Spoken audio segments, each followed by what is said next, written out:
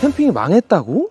아니, 요즘에 유튜브 여기저기서 이젤 캠핑은 망했습니다, 이런 영상들이 막 유행처럼 번지고 있는데, 이건 진짜 하나는 알고 둘은 모르는 겁니다. 아우 정말 안 되겠습니다. 할 말이 많으면 다 해야죠. 뜸들일 거 없이 바로 가자고요. 갑니다. 채널 고정하고 잘 따라오세요.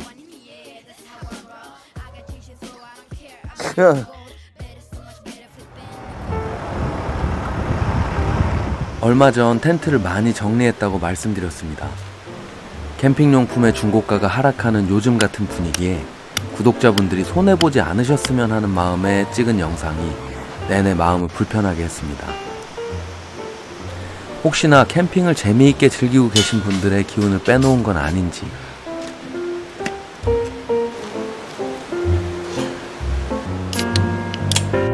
그렇다고 저기 맥주 마시고 있는 제가 희망적으로 지어낸 이야기를 하려는 건 아닙니다.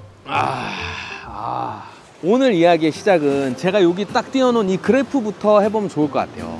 이 그래프는 우리나라의 캠핑 브랜드 코베아 헬리녹스의 연도별 매출 그래프입니다. 이 그래프를 보시면 매출이 증가하다가 최근 들어 뚝 떨어져서 진짜 유튜브에서 떠드는 말대로 캠핑 망한 것 같습니다. 그치만 더 옛날 데이터부터 한번 다시 띄워볼게요. 옛날 데이터부터 쭉 보시면 오히려 망했다기보다는 예전으로 돌아가려 한다고 볼 수 있지 않을까 싶어요. 방금 보셨던 그래프에서 매출이 막 증가하던 그 시점이 코로나 사태 때였다고 해요.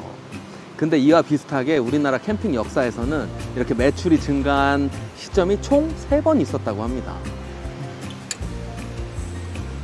두 번째 캠핑 붐부터는 저도 알고 있습니다. 아빠 어디가 방영할 때 기억나세요? 그때 뭐 코베아, 콜맨 이런 브랜드를 난리 났었고, 제일 상위권에 있던 브랜드가 아우델이었던 것 같아요.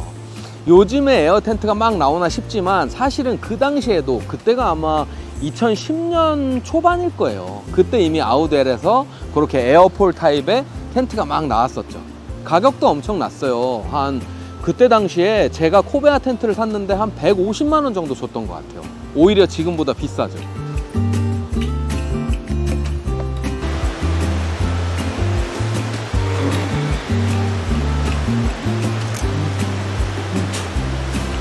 근데 앞선 캠핑 붐 두 번 다 붐이 일어나면서 매출이 쭉 증가하다가 사그라들면서 매출도 같이 사그라들고, 그 붐이 일어나기 전과 후가 비슷해졌다고 해요. 그러면 이제 캠핑은 망했다가 아니고 3차 캠핑 붐, 그러니까 코로나 사태가 터지기 전으로 돌아가고 있다라고 보면 좋을 것 같아요. 근데 여기서 요즘에 캠핑 브랜드 막 망하고 텐트 헐값에 파는 이벤트 하고 그러고 있잖아요. 그것들 왜 그러는지 쭉 이어서 얘기해 보면 좋을 것 같아요.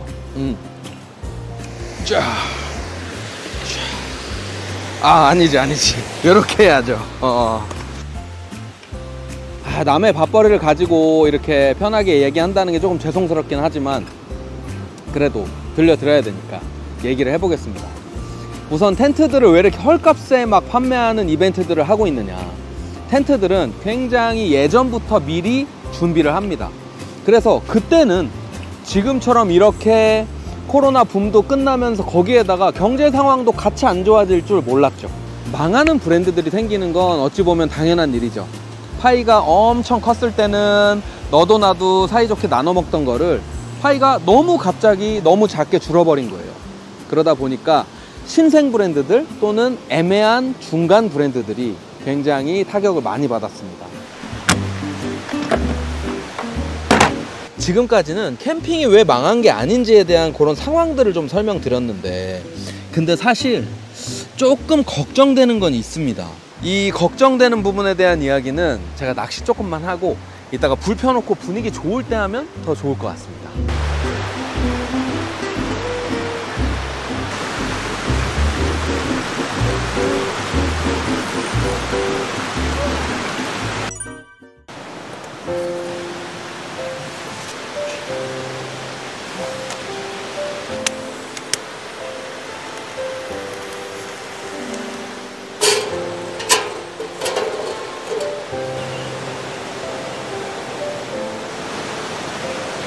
아까 말씀드린 것처럼 캠핑이 망한 건 아니지만 제가 조금 걱정되거나 안타까운 점이 있습니다. 지금 아마 유튜브에서도 그렇고 현실에서도 그렇고 캠핑이 망했다고 얘기하시는 분들 중에 많은 분들이 캠핑 좋아하시는 분들이에요. 그런 분들이 그런 이야기를 앞장서서 하시는 거는 제 생각에는 조금 지치셨다거나 조금 실망하신 것 같아요.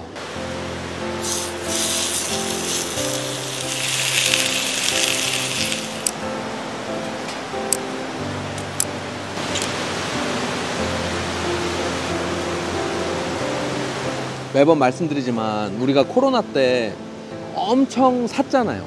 근데 그렇게 막 하다가 갑자기 어느 순간 코로나가 끝나고 이제 뭐 못 다녔던 여행도 다니고 친구들 만나느라 캠핑과 살짝 거리가 멀어진 거예요.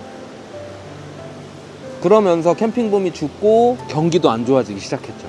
그렇게 한 템포 쉬면서 우리 캠퍼들한테 생각할 시간이 주어진 거예요. 그리고 나서 캠핑 장비를 다시 이렇게 바라보니까 뭐랄까 그 한꺼풀 벗겨졌다고 해야 되나? 내가 예전에 이거를 100만원 주고 또는 200만원, 300만원 주고 샀는데 이걸 또 이렇게 계속 사는 걸 이어나갈 가치가 있을까? 이런 생각이 들기 시작한 거죠. 우리 캠핑 하시는 분들은 그렇게 생각이 지나 했는데 브랜드나 제품은 어떨까요? 오히려 더 느려지고 획기적인 제품이 나오기 힘든 환경이 됐잖아요. 그렇게 간극이 쭉 벌어진 게 있다고 저는 생각을 하고 그게 제일 뭐랄까 걱정되고 안타까운 거죠. 당장 저만 해도 이제는 그렇게 엄청 비싼 텐트들이 있잖아요. 뭐 예를 들면 막 300만원 400만원 넘어가는 그런 텐트들, 그런 텐트들이 아직도 멋있긴 한데 이렇게 쉽사리 손에 안 가는 건 사실입니다. 근데 사실 지금까지 한 이야기는 캠핑이 망하지 않았는데 자꾸 여기저기서 망했다고 하니까 너무 좀 답답한 마음에, 또는 캠핑 재미있게 즐기시는 분들이 동요하실까봐 그래서 드렸던 말씀이고, 캠핑 재미있게 즐기고 있는 저희는 계속 재미있게 즐기면 됩니다.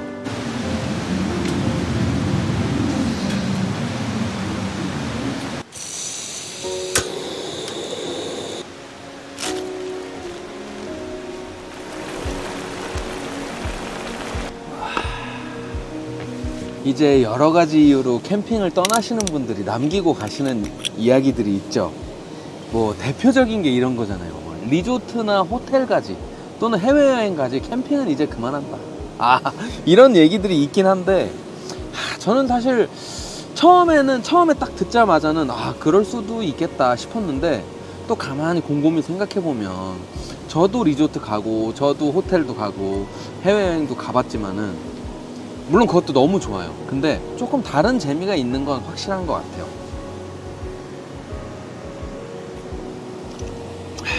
그러니까 리조트나 호텔 그리고 해외여행에서 느낄 수 없는 그런 재미들. 지금도 이거 한번 보세요. 해외여행에서 지금 요 정도 분위기의 어떤 술집이라든지 식당이 어디 있어요. 뭐 국내 뭐 리조트나 호텔도 마찬가지고요. 그러니까 조금 힘들더라도 이런 환경에서 요런 재미가 잘 맞으시는 분들한테는 이제 이거만한 또 취미가 또 없습니다.